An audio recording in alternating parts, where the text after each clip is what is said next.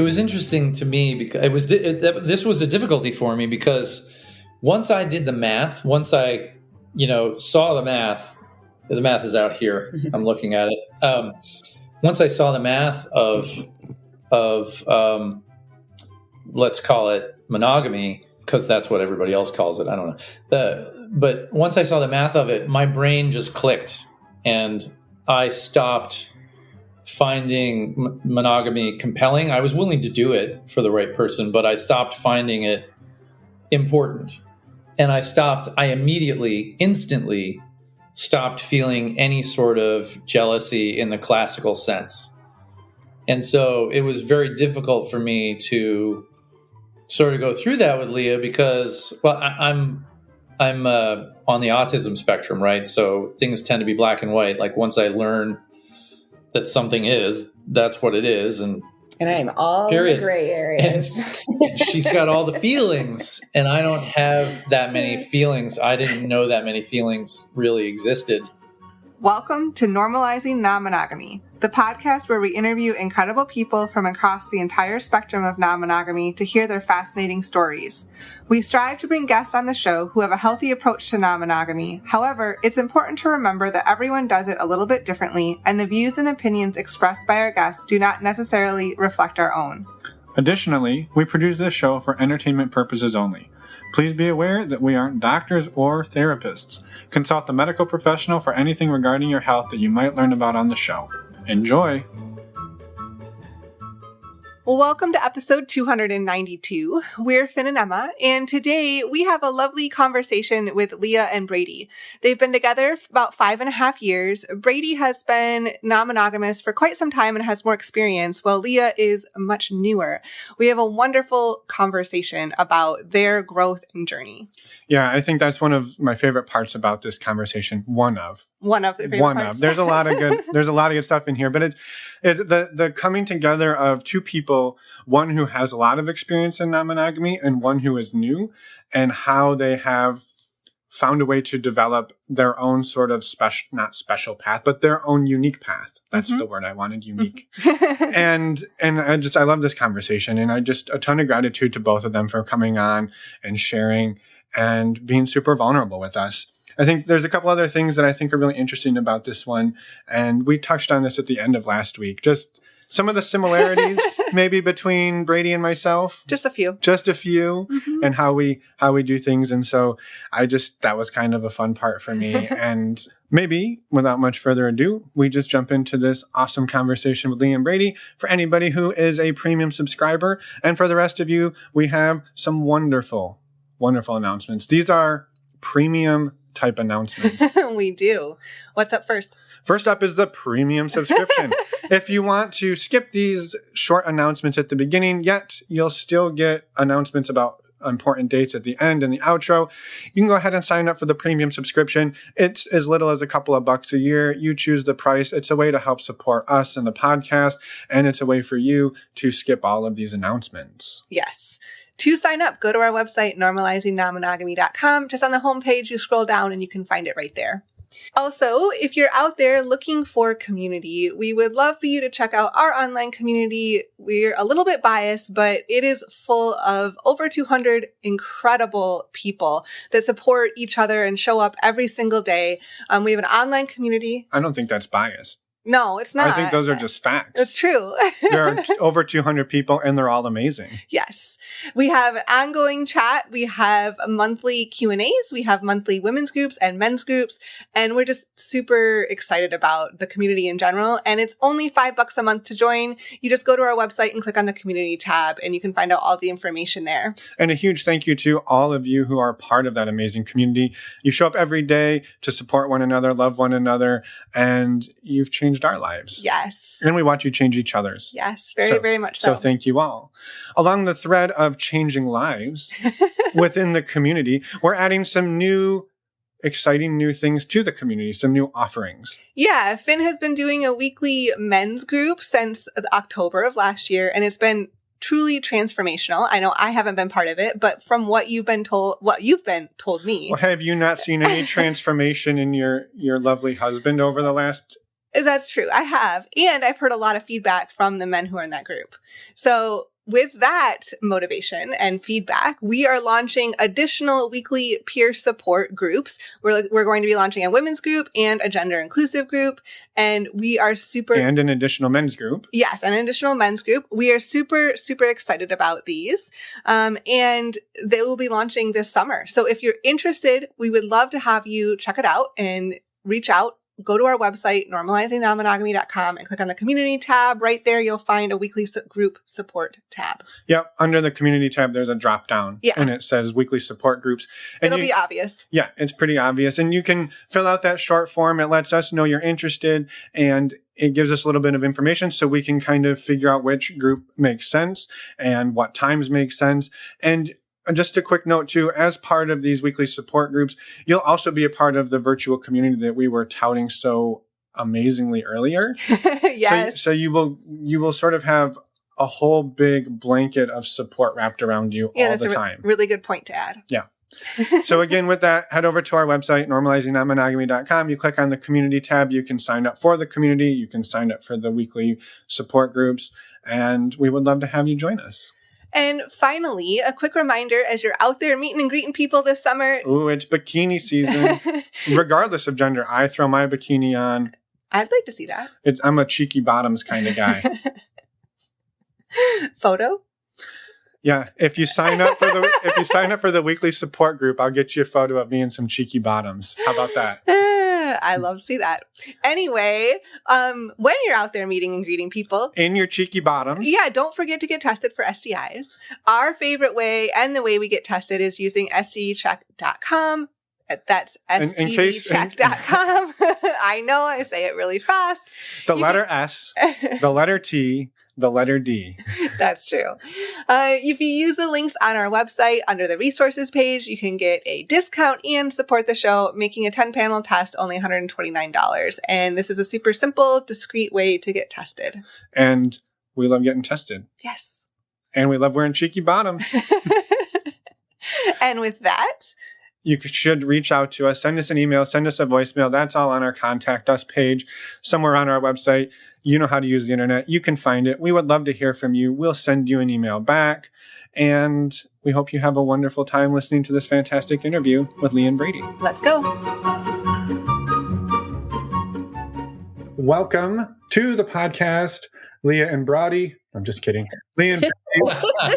We're glad you're here. That's a joke for us, not the listeners. That happened beforehand. If you want to get those jokes, come on the podcast. All right, welcome. We're glad you're here. Nice to meet you both. Nice to meet you guys too. Maybe just to get us rolling, do you mind introducing either each other or yourselves at whatever level you're comfortable? I'm Leah. My husband and I live in southern New Hampshire, so we're not too far from Boston.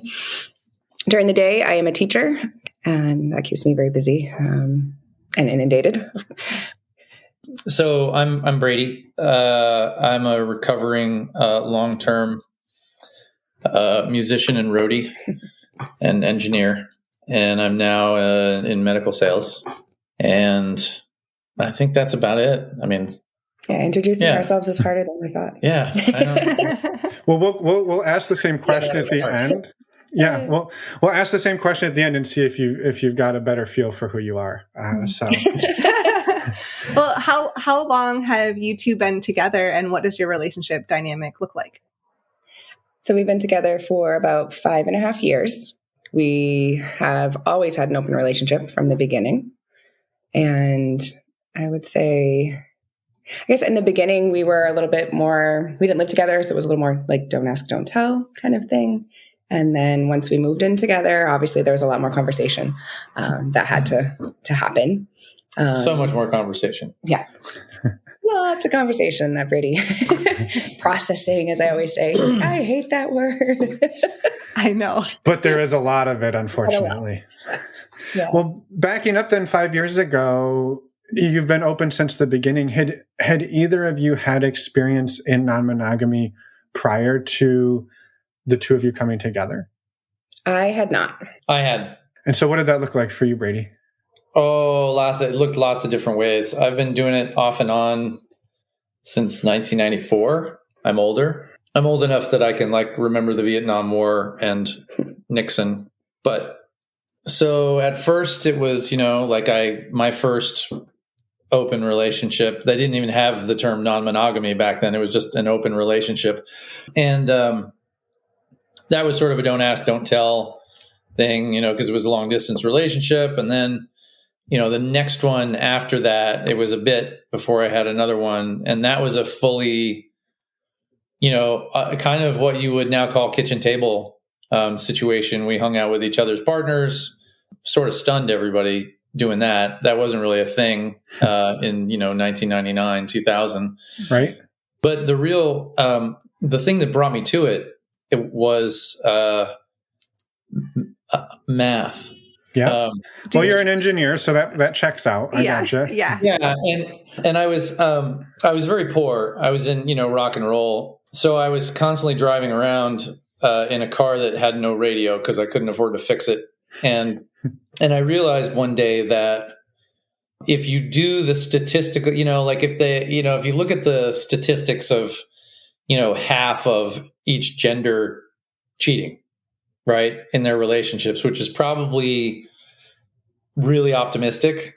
If you do the statistical regression on that, you wind up with a bell curve where, if you treat it as exactly 50%, then if you shake up the box of all of those and take out mating pairs, and you do that 1,000 times, you get a bell curve where the tails are at 50% and 100%. Like your max and min are 100% relationships with infidelity, which is where if all the cheaters wind up with non-cheaters, and your minimum is equally infinitely unlikely, 50%, where all of the cheaters wind up with cheaters, and your most likely result is 75% right at the top of that bell curve. And that's pretty grim math for the expectation of monogamy. And I was sort of a desperate, jealous, sad monogamist. And this is not to imply that all monogamists are desperate and sad, but I was desperate and sad and jealous. And I realized that, there's probably a lot of good reasons to end a relationship, but sex probably isn't one of them.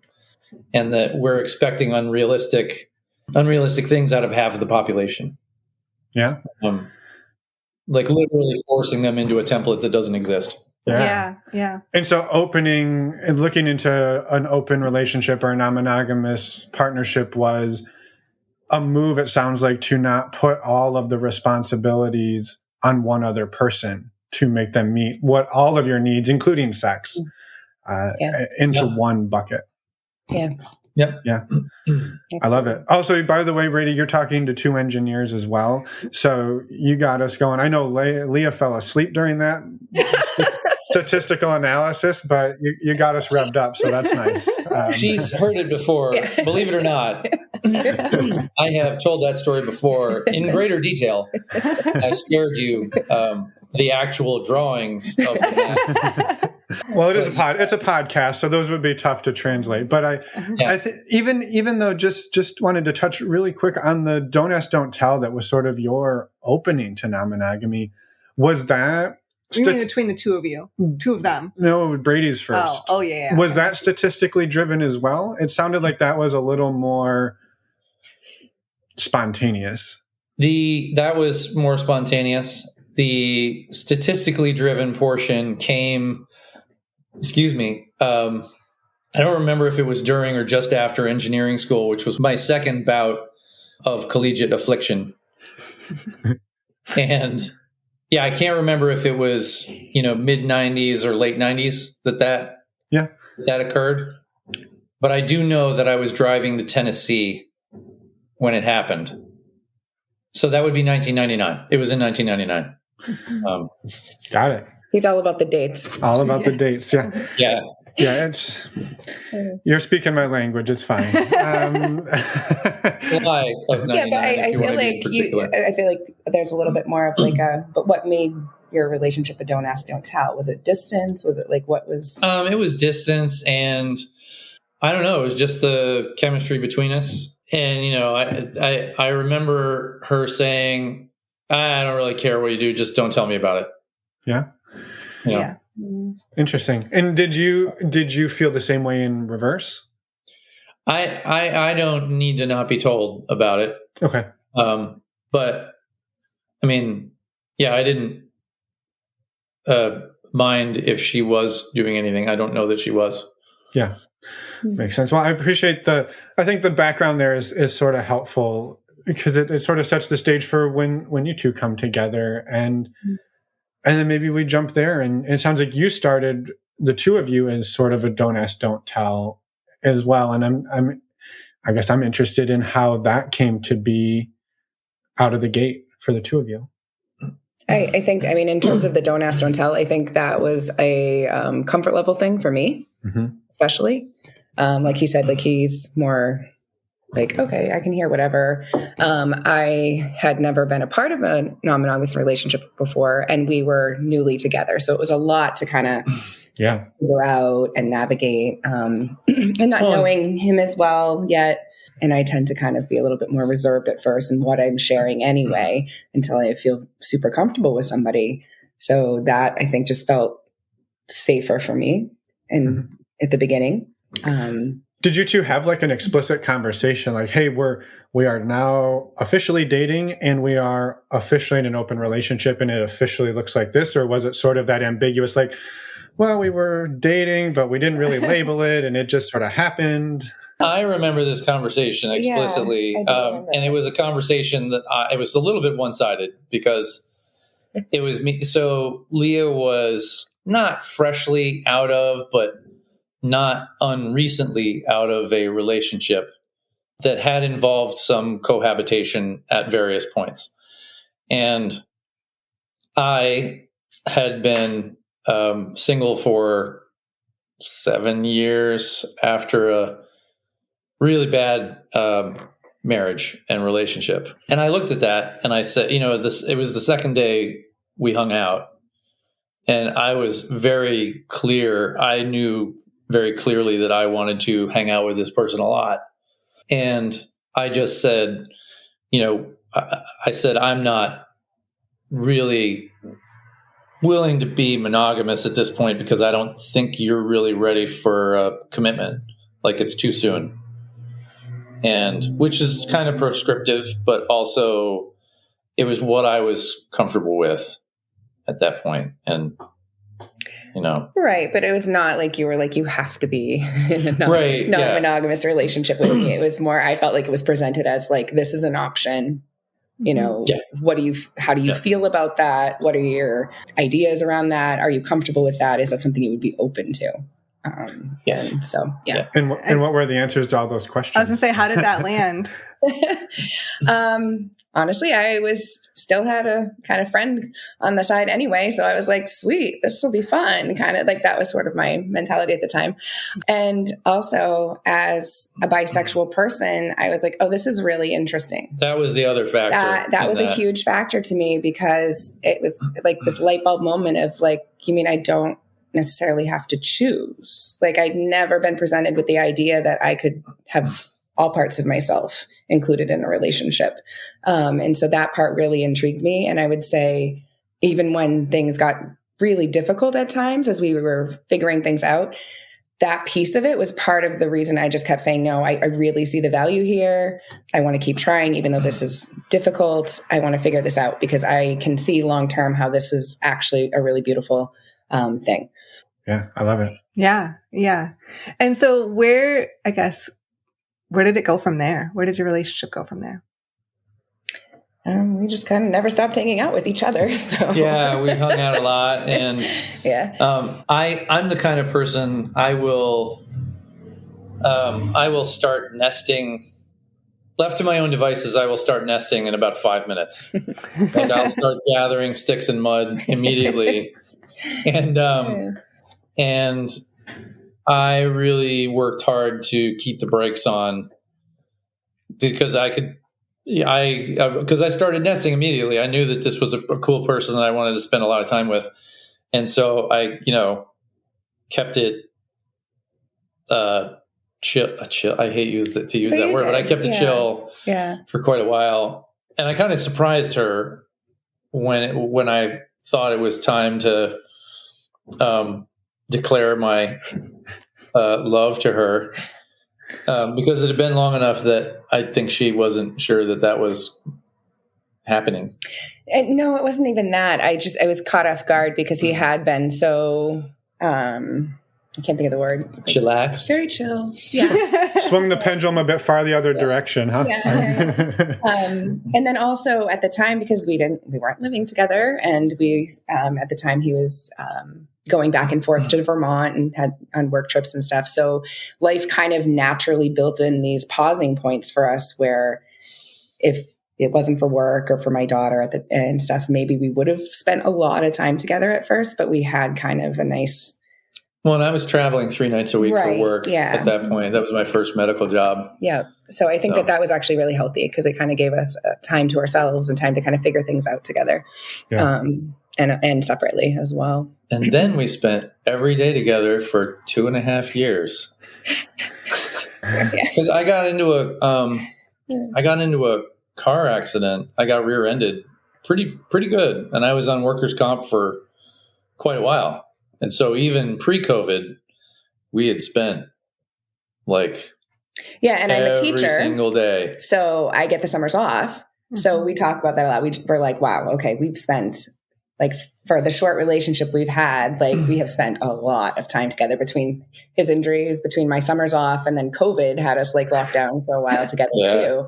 So it's if we can do this, then I think we're good. We have been in each other's space incessantly. My mom and dad were together for 36 years when my dad passed. And I think we've spent more time together and they had a great marriage. Yeah. And I think we've spent more time together than they did. Yeah, lots of time. Wow. Mm-hmm.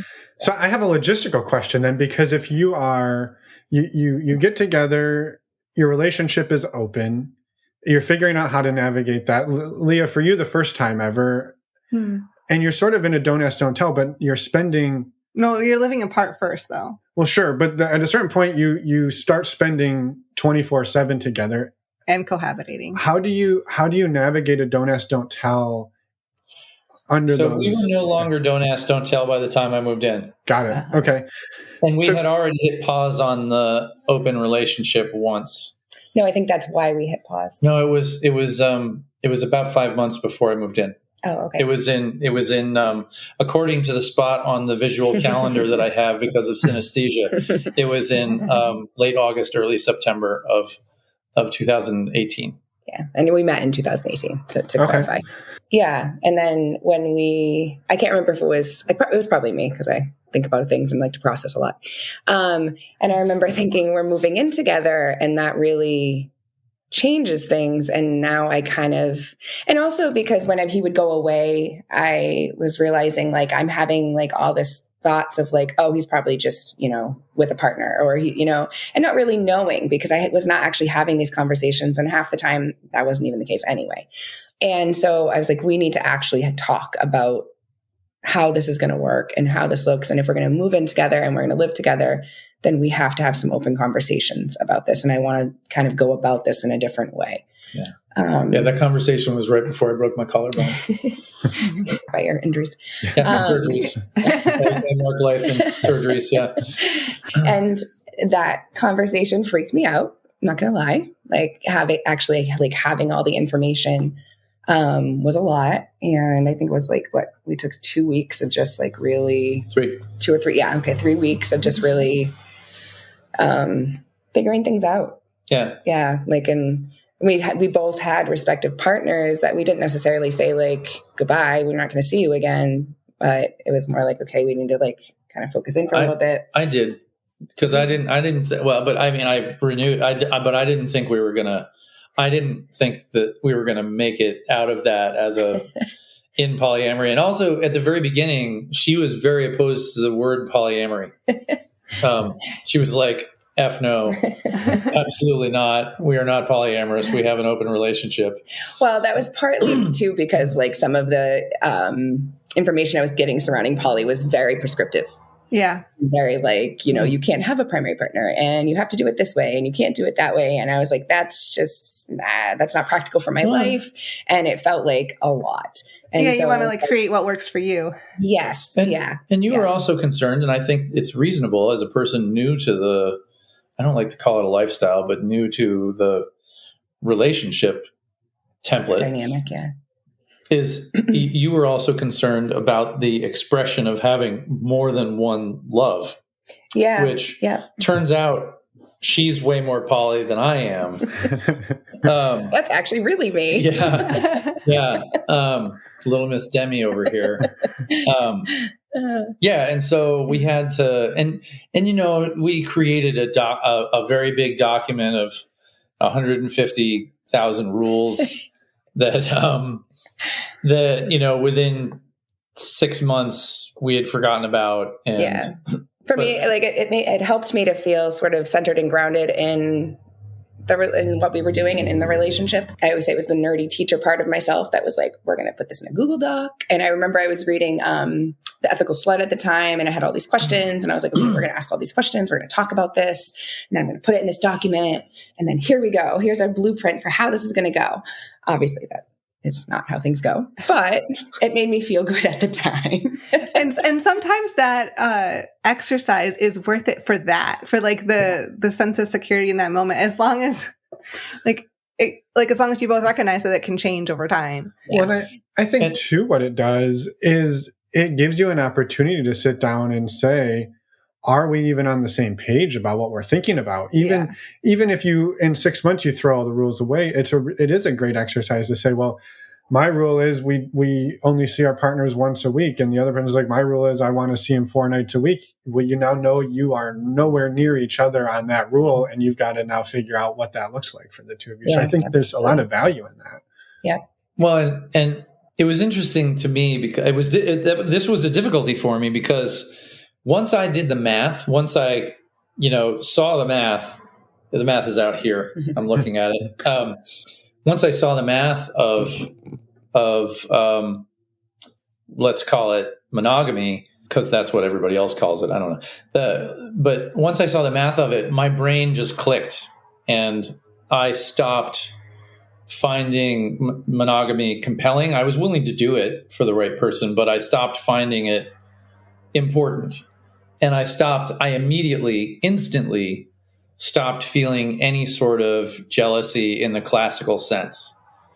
And so it was very difficult for me to sort of go through that with Leah because, well, I'm on the autism spectrum, right? So things tend to be black and white. Like once I learn that something is, that's what it is. And I'm all in the gray areas. And she's got all the feelings, and I don't have that many feelings. I didn't know that many feelings really existed, honestly. But, and so I had to learn the hard way to kind of sit with that process. I wasn't always very easy about it, but yeah, so it was, that was a challenge for me because for me, like this way of thinking had always just eliminated drama, and it just made sense to you. Yeah. It was not a challenge for me to accept it or embrace it. Well, and I think too, one of the things that he had to kind of learn about me, because we were still getting to know each other, that my emotional process around it initially can be kind of like hard for me, but like I'm okay with that piece. Like I'm okay with it being a little hard because I know that I'm learning something, I'm growing. I know that the only way that I can get to the next phase of whatever it is that I'm trying to do is by going through it and dealing with the hard pieces. And so I know there were times he was like, I hate seeing you hurting. Like, let's just shut this down. Like, I don't want to do this anymore because, I don't want to see you hurting like this. And I kept saying like, no. I've said that a fair amount. Yeah. And I kept saying, no, like, I need to do this. I need you to let me do this. And I need you to just know that I will be okay. And that it's important for me to do this hard work because I really do see the benefits and I do see the other side of this. And I do see that if I can like work through some of these things and I can gain a better understanding of what this all means and a better understanding of our relationship, I really, truly believe I'll be okay. And I really, truly believe that this is what I want. But that was challenging. That was really challenging for you to like, it was awful. Watch that. It was hard. Yeah. And the thing that I never came to terms with, and I I just found the analogy right now, and it's really useful, is, I was a competitive athlete, a high level competitive athlete. And, I approach challenges with, I just tackle them and do them. And I have a certain approach to weightlifting, which is like, oh, I can't lift this now, but I will lift it. And Leah, sorry, our dog is chafing at being in her crate. Leah is an emotional athlete, right? And she does emotional training with emotional goals, and which is, now that I think about it, I was sort of agnostic about it before, but it's really admirable. This having these, like, I'm going to get through this, and I don't know, that it's really gritty. It's grit, a lot of grit. Yeah.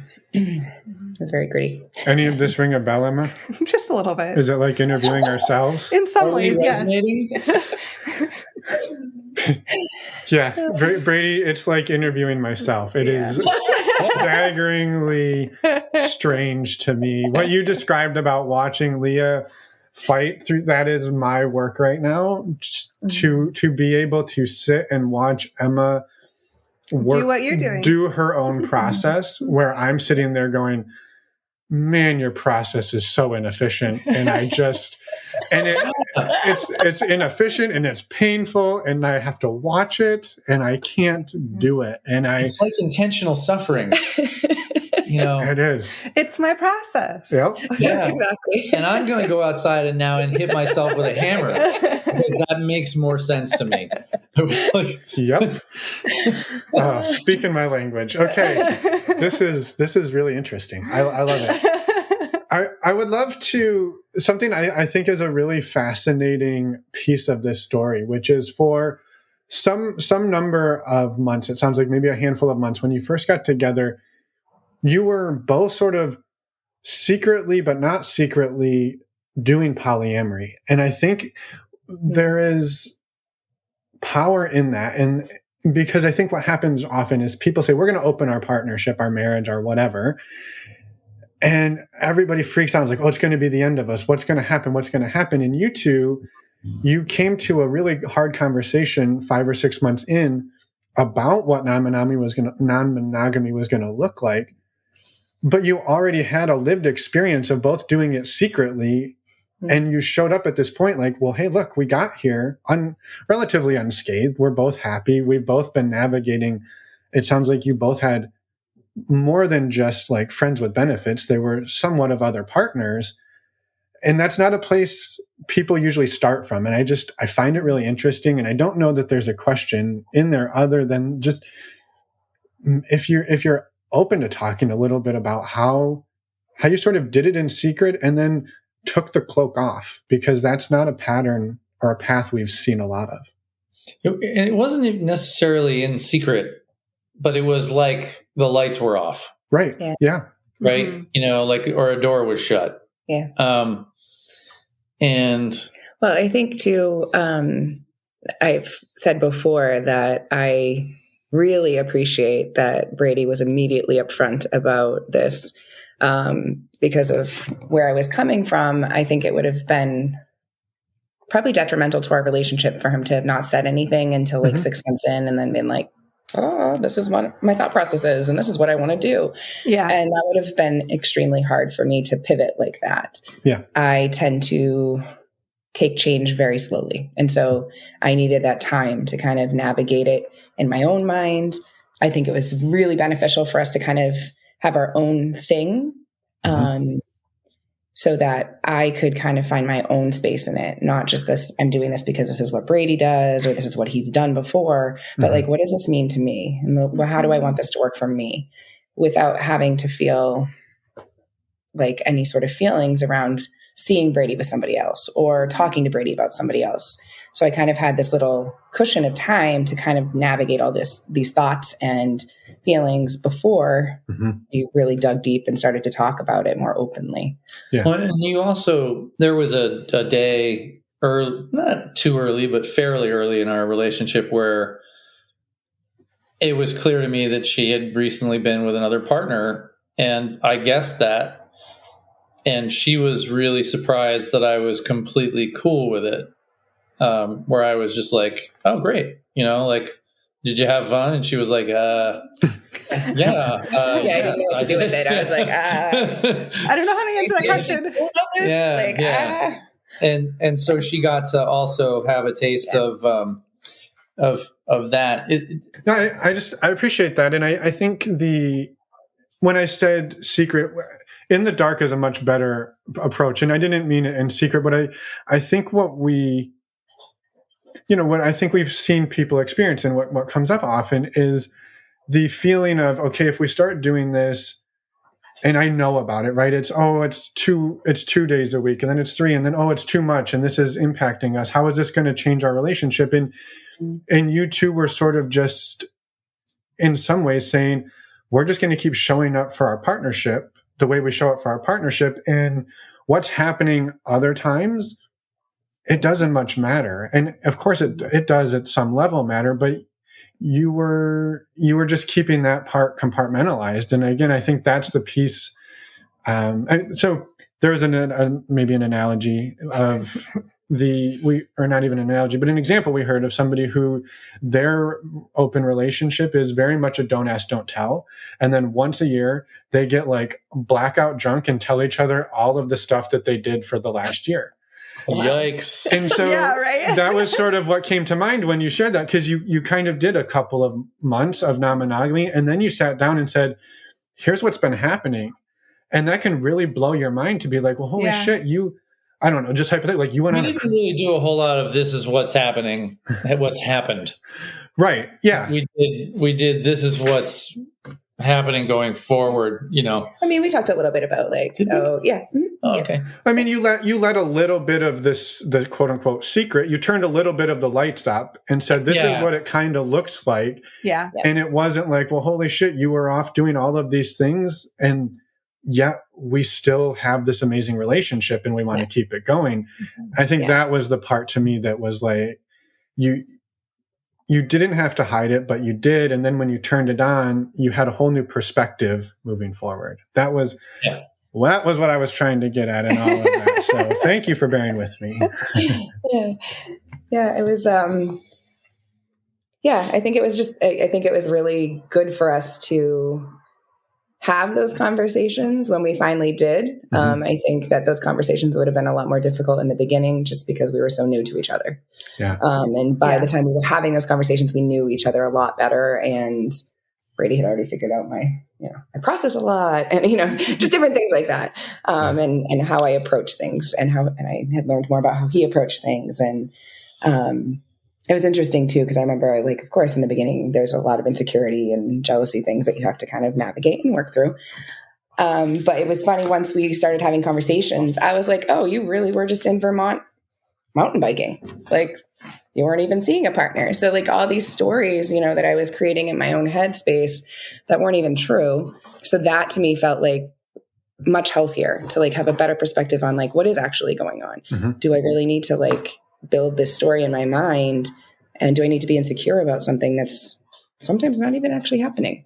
So I think that piece of being more open and honest was helpful. Sometimes the stories in our head can be way worse than the truth. Yeah, which was the way I was before the math. Mm-hmm. Once the math happened, I stopped having any stories in my head at all. Yeah. And I was like, well, tell me the story. Yeah. But, and it's funny because maybe 2 weeks before the shutdown, the partner you had then, I'm not going to say his name. That's okay. But you got pretty intense with him during the shutdown. The shutdown of what? COVID shutdown. Yeah. Oh, okay. So 2 years as we were about to go into our third year. Third year of dating the two of you. Yeah. Mm-hmm. Third year of relationship, approaching our second year of marriage. We got married about a year and a half in. Yeah. And she had a partner that she started to go spend the night with 2 nights a week. And she had not been interested in this before. Mm-hmm. And that was the only time I ever had a question. And this was during a period where I was having real difficulty having any partners whatsoever. And which hasn't usually been it's not usually my problem.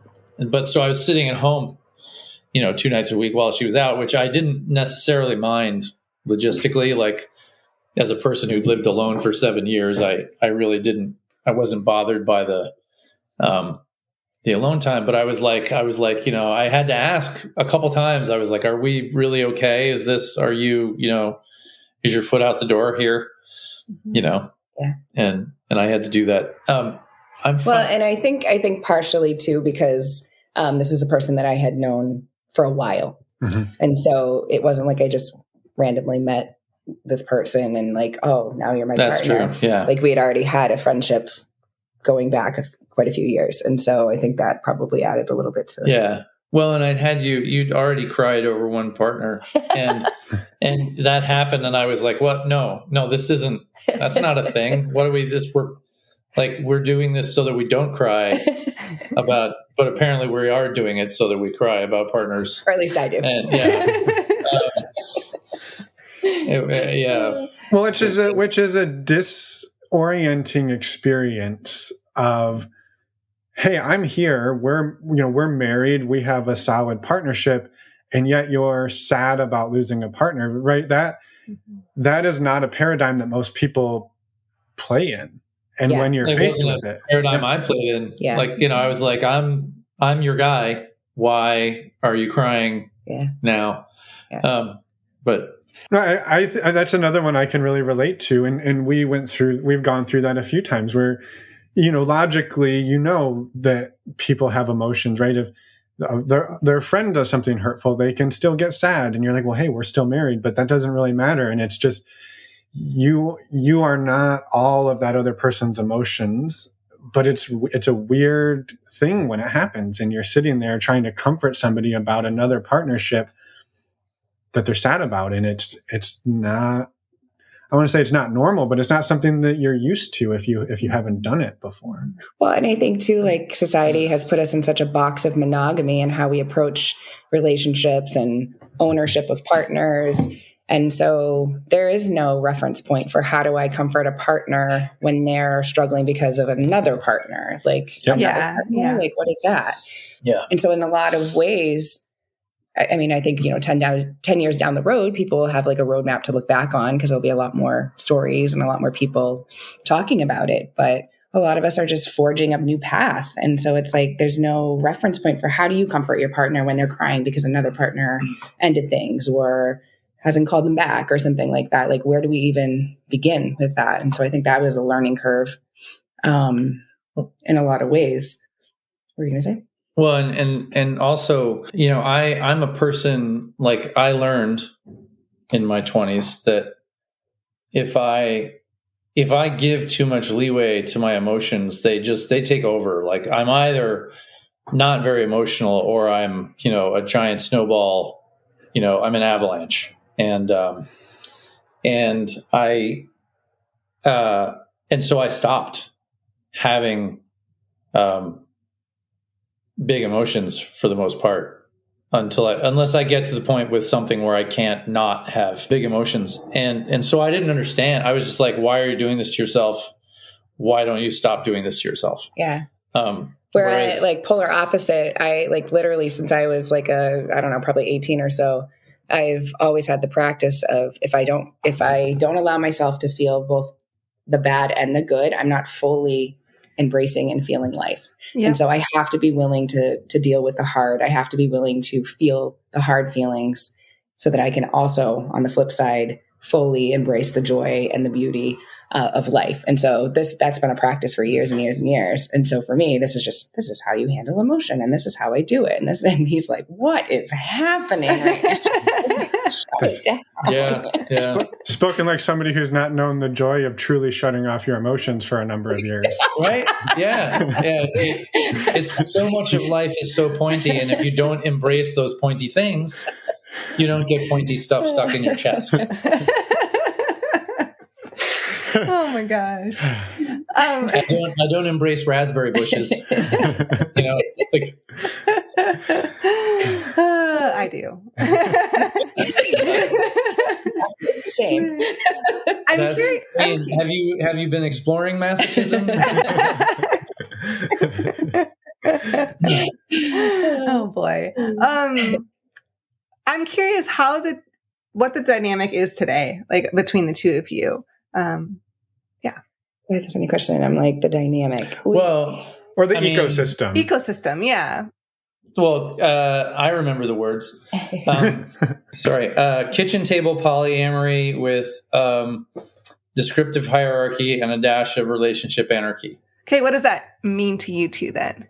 That means us. So I would say for us, like as a person who considers myself poly, and I tend to really embrace relationships and really connect with partners, over time, it kind of became clear to me that like calling somebody your secondary partner was kind of not cool. Like, it's not really a title I want to give somebody, like, oh, you're my secondary.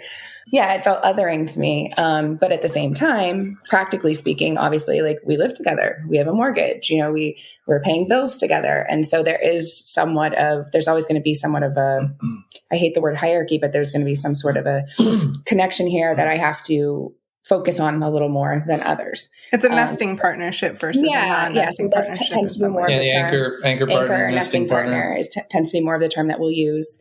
I would say that in many ways, yeah, like even the other night, we had people over for my birthday, and I had a former partner here with her boyfriend, and I had a couple partners here and a current partner here to celebrate with. So again, they're a part of our home. They're in our home.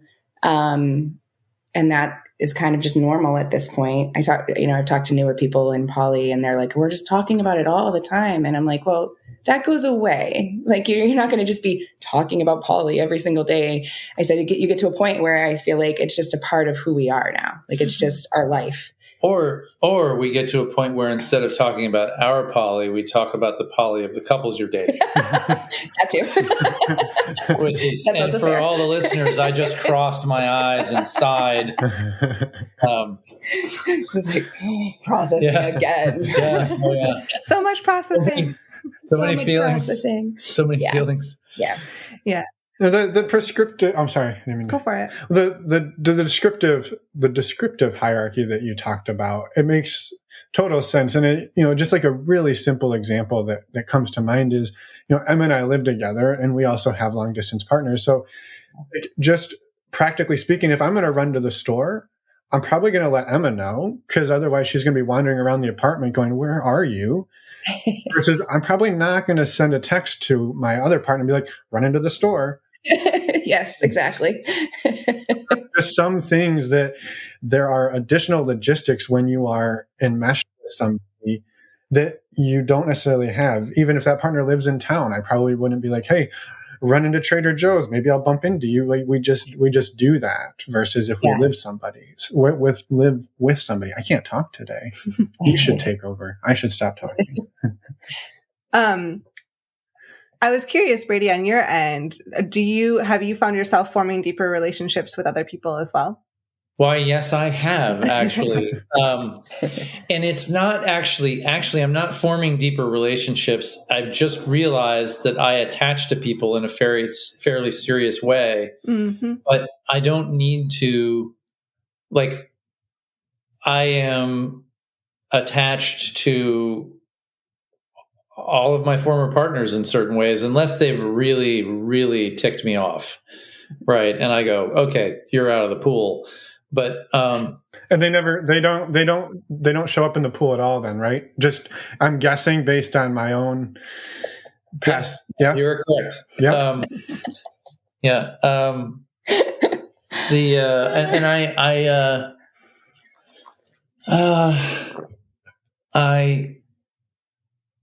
I've come to acknowledge the fact that, like, I never liked one night stands, even in my craziest rock and roll, years.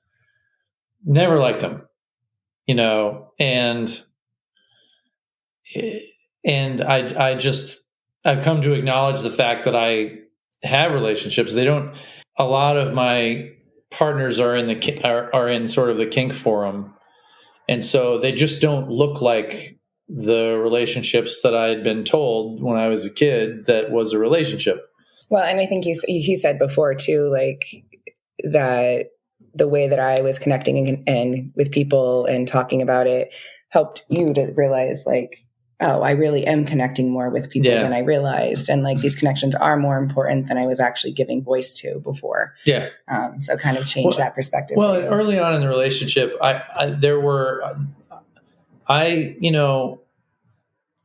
would be inclined to downplay the importance of friendships because I didn't want to threaten you. Yeah. And I do, the thing that I do in the descriptive hierarchy is I do make it clear to my other partners that the situational satisfaction of my nesting partner has to come kind of because if she's really unhappy, I'm really unhappy. If that makes any sense. I was an only child. I have a ton of mirror neurons, so I tend to absorb the emotions of other people. And, if there's a situation that's making her miserable, I'm not going to be enjoying things either. And so I try to, I do a little bit prioritize Leah's happiness. Right. Yeah.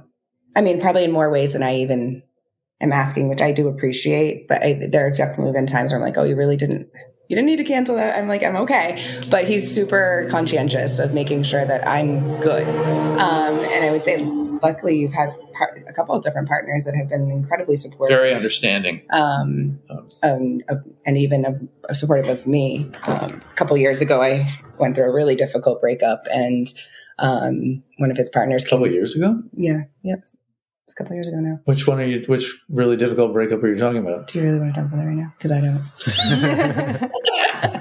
Anyway, his partner came by the house just to hang out with us and just to hang out with Brady and I and my daughter. And I can't remember. I think she was just in town and brought over some treats and whatever and sat down on the deck with me. And we just talked for a while. And it was just really nice to like have her listen and share a perspective and really care about me in those moments and lean into that. And honestly, it's nice having a social worker partner. Yeah. Yeah. I'm sure that plays into it too, because she is a social worker. So that was really a beautiful gift that came from it. And initially, I remember one of the very first times that I met her, I can be very snarky. I have like wicked sarcastic sense of humor. That doesn't always hit Brady. And sometimes he's like, what? Are you serious? Are you mad? And I'm like, no, I'm joking. Like, I don't understand. Why am I having to explain sarcasm to you? So her and her husband had come over to the house, and they had this like whole snarky like communication going on. And I was like, whoa, what the heck? And I was so mad. It was way more than that. Yeah. I was really upset. Miffed. I was like, how are you having these like snarky conversations? Like snark is my favorite. Like, why can't we do this together? And so initially it kind of created this space where I felt almost a little threatened, I would say. And so it took me some time to open up and feel warm fuzzies. And I know that definitely helped when she had come over to the house and just sat with me and talked with me. And very recently, I think, you were sick. Something was happening. He was sick or something. And I was flying to Florida. And I said to him, is your partner around? Because I feel like somebody should come check on you. And like, I know she cares about you like I do. So, and just kind of having that thought process. Terrible flu. Oh yeah. So having that thought process of like, we're sharing this space. Like we both really care for this person. And I know that I can count on this person to care for my partner as well. And that was just a really, I don't know, that moment felt really cool to me to like get to that full circle space of like really appreciating his partner, and what she adds to his life, but then in turn, what she adds to my life as well by being that person. Yeah. Yeah. And that sarcasm thing is really interesting and difficult because like being poly and being good at being poly doesn't fix, conflicting alarm responses and, being raw and like just, if you get in the wrong space, then sarcasm always sounds like passive aggression. Yeah. And I'm definitely guilty of that. Yeah. Like, well, and of course we're living in each other's space all the time. And so of course we're going to be a little bit more sensitive to emotions and tone of voice and all of those things. All of those things. Yeah. What do you mean by that? Yeah. What I think one of the parts that I love about that conversation is just you ask any monogamous person, broadly speaking, what is your biggest fear if you were to open your relationship? And it's probably across the board, it's sex. And you're like, sarcasm, too much. Like, I didn't like that he was being sarcastic with this other person. And like, it's just amazing that like sex is like, sex is sex. There's more to life than sex. And sarcasm needs to be added to like the love languages for everything. What's your love language? Sarcastic humor. Yeah. Yep. Yeah. I can say the sarcasm, but I don't really understand it when it's pointed at me. It's a dangerous weapon. But I'm curious if you're willing to talk about it. You mentioned that you have a daughter, Leah, and how have you navigated the different relationships with her, and how has that gone? Really well. Yeah, it has. So when we were first together, she was only 8. So we just weren't really talking about it. I think she was probably about 10. 11. 10 or 11. It was just a year or two ago. Yeah, it wasn't that long ago. And she was kind of aware of different relationship styles. And I've been very open in the way that I talk to her about partnerships and life and whatever. And she had so kind of an understanding that everybody's different. Every relationship is different. I mean, has parents who've been separated since she was 3, and our 2 families are really close and we get along very well. So she kind of has this, and we weren't always, but we really worked towards that. And so her view of family and relationship dynamics is a little bit broad anyway, to begin with. And I'll never forget, we for some reason decided we were going to tell her, I think because we just realized she's getting older. She's going to meet certain people and she's going to start to have questions and wonder. And so we said, we just wanted to let you know that we're, in an open relationship, we're poly. And I said, what does that mean? Do you know what that means? And she said, yeah. She goes, it means that you can love more than one person as long as everybody knows about it. And I was like, I did not know about this conversation. Fair. That's in a nutshell, that works. And she was very nonplussed by it and went about her day. And that was that. That was the very simple conversation that we had. And so from there, it's just been certain people she's met, she's met, your partners, and she's met some of mine as well. It kind of depends on she's met a bunch of years because they come around the house. Oh yeah. I would say one of my former partners, her daughter and my daughter are really good friends, and we continue to be friends. And we have been for 2 or 3 years now. So she's in some ways involved, but I guess I would say in an age appropriate way, obviously. Yeah. No, thank you for expanding on that. Yeah. Yep. No, I think it's helpful just to hear how people navigate it with children, because everyone, I think, people approach it different ways. But at the end of the day, I mean, kids, what we found is kids are pretty, I guess, they have an easier time understanding often, often. Before the world breaks them. They often have an easier time understanding than adults. Yeah. They're neuroplastic, right? Well, I have to say it's funny because she sent me a TikTok one day of some poly couple. She's like, oh, Mom, here, you should watch this video. And I'm like, okay, thanks. She's got your back. Yeah, she's on poly TikTok. That's funny. Amazing. And I do want to say one thing in terms of developing the closeness between her ex-husband's family and our family. It wasn't we worked toward that. it was Leah worked toward that and did the lifting. Well, and necessary and her for stepmom that as well. We both. she did. But like that, you know, there were times when I was perfectly ready to throw hand grenades, you know, and it was Leah that did the real heavy lifting in terms of the community building there. And which I think has also played into like building that sort of very out of the box family. I think also plays into how I approach poly and knowing like that any type of relationship, whatever it is, especially when it's not the norm, is going to take some time and it's going to take some effort and it's going to take like commitment to working through. And in being very intentional. And we want what's best for everybody in the situation. And with my daughter, we want what's best for her as, you know, as a child, we want what's best for the kids.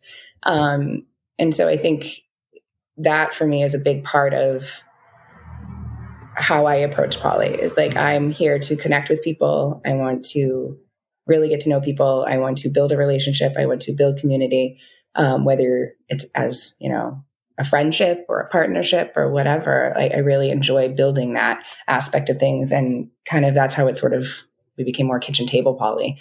And it was funny too, because before I was willing to be like, yes, I'm poly. He'd be like, Leah, you're poly. And I'm like, no, I'm not. Like, come on, you are. He's like, you're constantly building community. You're constantly inviting people over for dinner and doing this and that. Yep. And I was like, no. And she was like, I'm demisexual. And I'm like, so yeah, you're having polyamorous relationships.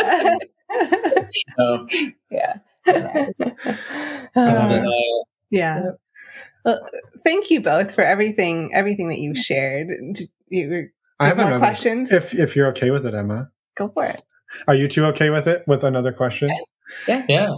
It's a harder one. And the question is, how have you each seen the other person grow over the last few years that you've been together and doing non-monogamy together?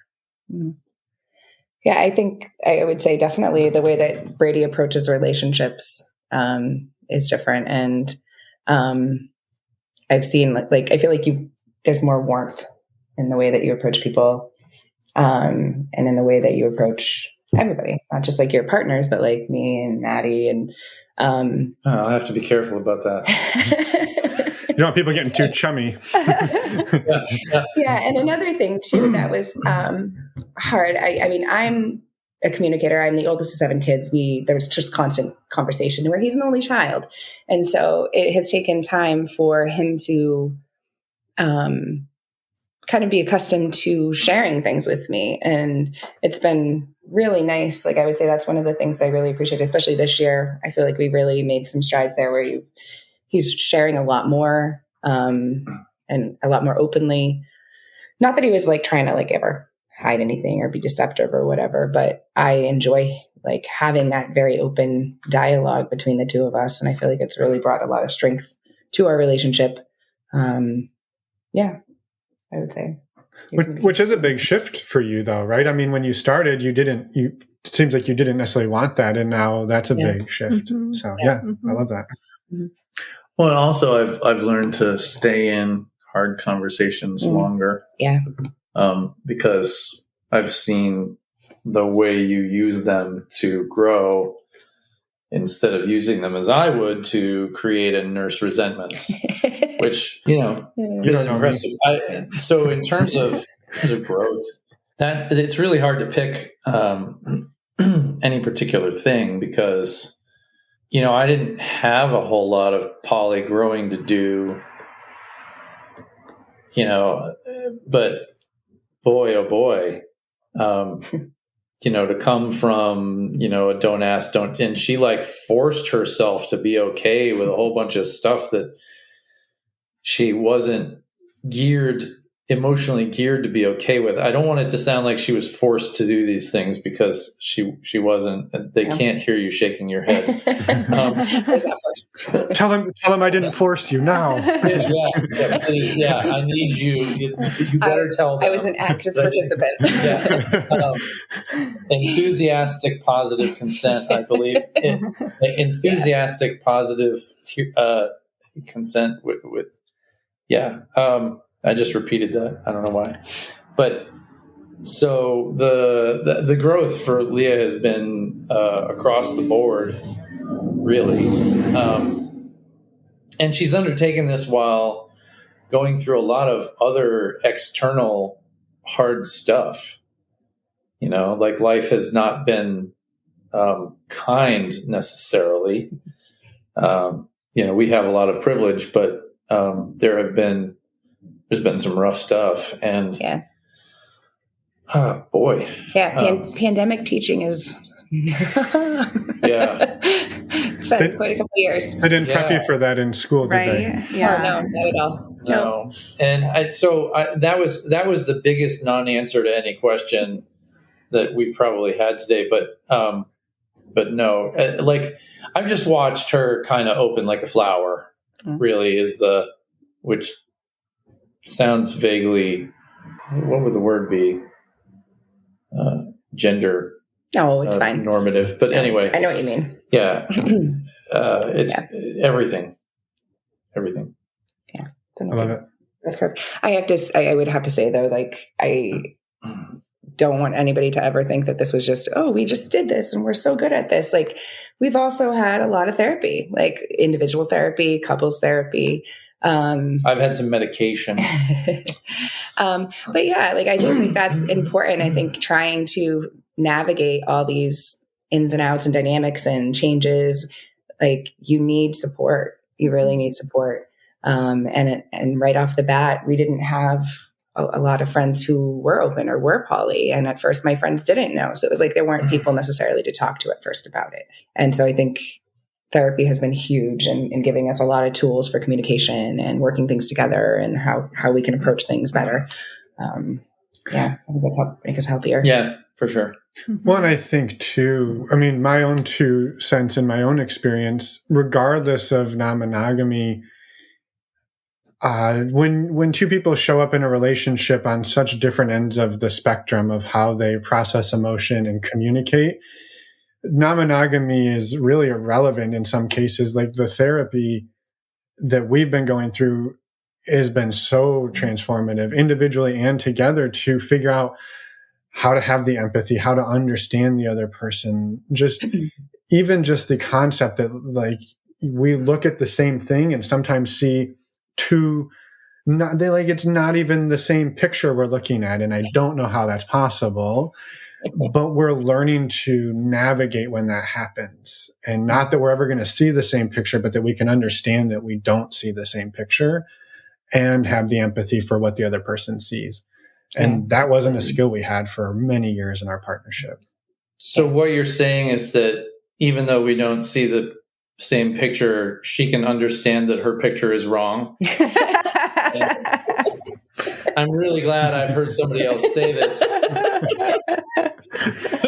You do not know, Brady, how many times our therapist said, "Do you want to be right or do you want to be in a relationship?" I feel like she was one of those you pull the little string on the back of the action figure, and that's what she would say.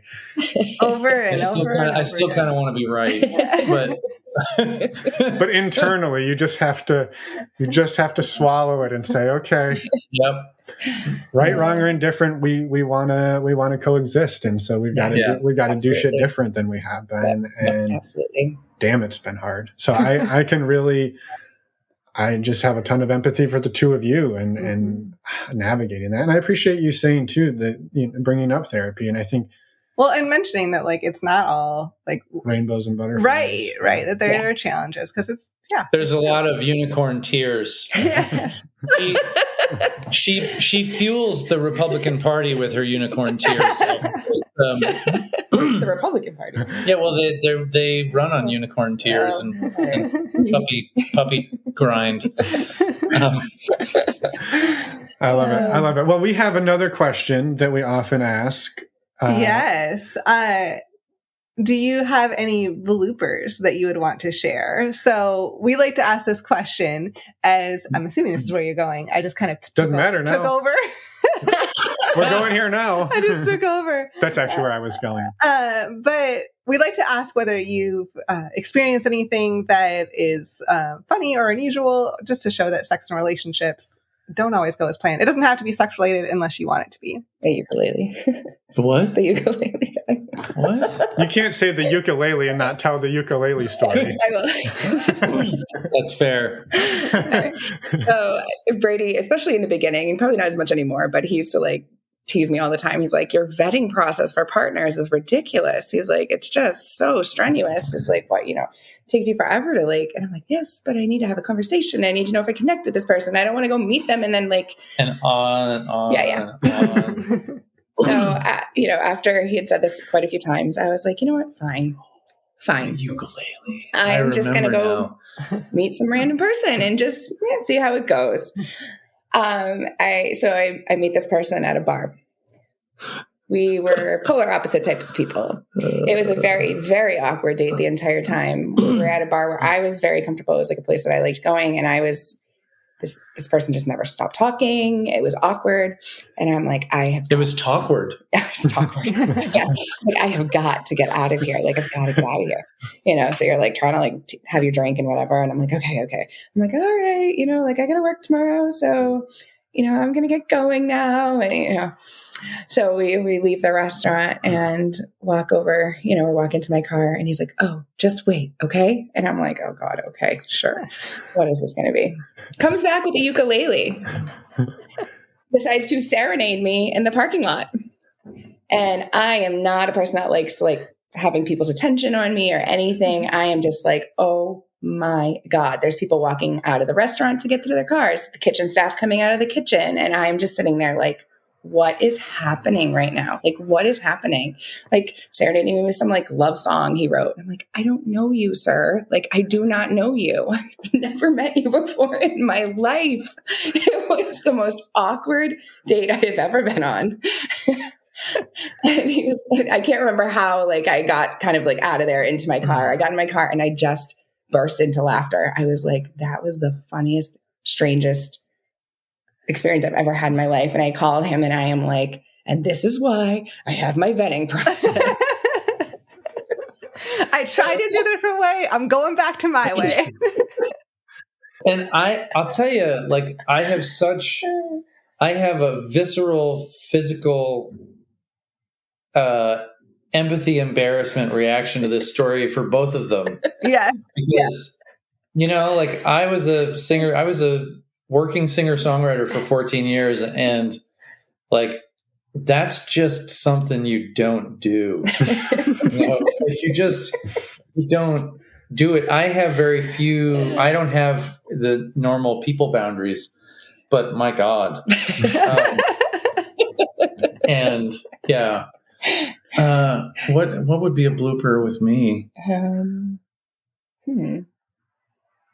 A person coming into the house when I had a partner over. Oh. And it was a person who knew that we had this kind of relationship, but walked into the house and nothing. And I was out of town. Yeah, nothing was in flagrante or anything, but it was just like, hi, what are you doing here? And yeah, that happened. Story, Brady locks the door now. Yes. Brady locks the door. Yeah, we got lucky. But, in the unfortunate sense of the word, we got lucky. But yeah, that's one of them, I think. Yeah. I love that. I have a bonus question that wasn't on the agenda. Go for it. Because then we'll wrap it up. Then we'll wrap it up eventually. So this one came out of, it seems like you two have a very different vetting process. And it struck me as interesting because I once again see that mirrored in our partnership. And historically, what this often looked like was more when we were doing what would be more traditional swinging, where we would go to a party or a club and we would try to meet other couples typically. And I was always the person who would like I can like walk into a room and it's not as if I'm like, I want to do you and you and you. And it's not like I'm just like, but I can pretty much scan a room and be like, these are the people that seem interesting to me. And I can make that calculation very quickly. And And I'd be like, well, are you interested in going to talk to somebody? Like, they seem like nice people. It's like, well, I don't know. I don't really know them. I'm like, well, I know you don't know them. We've only been here 10 minutes. That was why we would go talk to them. And so she like never wanted to ever go talk to anybody because I'm also really shy. But she didn't know, like, well, maybe I won't like them. I'm like, well, I understand you might not, and that's okay. But we seemed to approach this in a very different way, where I was often like, yeah, this could be a total waste, but like, there's an experience to have here, and we could. So your ukulele, like, yeah, I would be mortified, and I actually, similar to Brady, I was feeling that myself. But then I'm like, just in the story, yes, but just to say like, well, I did that, and that wouldn't have happened if I hadn't. Like, that story wouldn't exist if you hadn't taken that chance. Yeah. And so I see it a little bit from that perspective, but this was a place that you and I bumped into each other a lot. We would go to these events, and it was always like, well, I don't know if I want to talk to them because I don't know them. And I'm like, we got a chicken and egg problem here, don't we? And we never really worked our way out of it, other than we stopped kind of going to those types of events. I started going on my own. I don't know. It was just. What's your question to them? it was something that seemed to be a bit of a similarity in how we approach things, and I guess if it resonated, was really more of. I think question. Like I'm always for like an experience and a good story too, but it's that initial hurdle that is hard. Mm-hmm. Yeah, for sure. Well, and I think that's often, in a lot of ways, why we have often just sort of dated separately, because our approaches are very different. And oftentimes we are approaching and looking for different things. Mm-hmm. Not to say that we, don't hang out together with people too, but for us, that's been more of a comfort zone just because we are very different in our approach and what we're looking for. Yeah, and I know. I'm sorry. Go ahead. No, go for it. I know pretty instantly, even over text, when I have chemistry with somebody, and I'm not ever wrong. I never miss the mark on that. Maybe I was like, from your experience so far. Maybe, yeah. I worked in rock and roll for 24 years, so I've had some experience with chemistry. You that will come back with a blooper later. Yeah. I lived as a slut and enjoyed it. And so there's two things. There's the smile and there's the right chemistry. And that's all I really need. Like the attitude is commensurate to the chemistry, right? And the rest of it is not. The rest of it is icing, And so, I'm pretty quick to decide whether or not I can at least, move forward and experiment with a person. And Leah is. I tend to converse more. Like I need a little bit more of a conversation and kind of feel out somebody's vibes. I'm all about the vibes of somebody, and I do have conversations, but like I know, right? It's not like it takes me 3 days of conversations to, like in 10 minutes, I know what's going on. Mm-hmm. Yeah, yeah. So he's definitely quicker, and I'm slower. Yeah, for sure. And I don't know that one way is right and one way is wrong, right? Everybody has their own, every process is its process. Yeah. The adage that comes to mind for me is the one from the startup world of fail fast. And I'm sort of that, like, I dive in and like you said, within 10, 15 minutes, I'm like, I know it's either like a fail, not necessarily a failure in the sense that we would never communicate again, but and so I can compartmentalize. I can put it in whatever category my brain needs it in pretty quickly. And we do that process very differently. Well, and I think that's the beauty of all of this, though, is that we get to be ourselves in all of it, like together and separately. We can approach this in ways that work for us, and you guys can approach it in ways that work for you. And to me, that's just such a beautiful part of open relationships and polyamory. I love it. And I kept asking questions to get a perfect ending, and I think we just got it. Yeah, that was beautiful. I can't introduce myself, but I can. Oh, but you got to try again now. Remember, we said we were coming back. Yeah, she's a closer. I can close the deal. Perfect. I love it. Well, yeah. Is there anything else that either of you wanted to share and get out there before we let you go?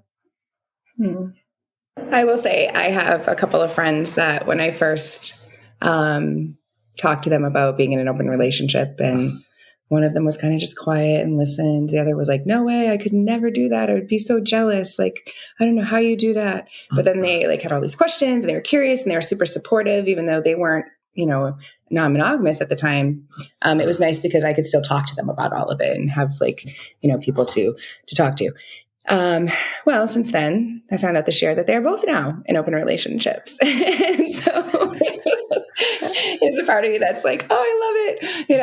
You planted the seed and now look at, and so that to me is one of my favorite things about all of this is having those conversations. And the more open you are and the more conversations you have, you never really know like how you're actually helping someone else maybe open up or see the world in a different way and enhancing their life in the ways that, polyamory has enhanced my life. Like, I feel like it's a gift. And so sometimes it's really nice to see that sharing that has helped someone else as well. Mm-hmm. And, one of the things that I've really enjoyed about polyamory and about watching this process happen with Leah's friends is that all of the men I know are super monogamous people. And the stereotype is that, men are out there, going crazy and I really love the defeat of the trope that's happening here where I see polyamory expanding rapidly with women. And it's been super empowering too, as a woman to like have these. I can't remember. I was talking to somebody about it the other day that, there was a time that even just going into a bar and sitting down by myself would have like, oh, it's terrifying. Like, why would I do that?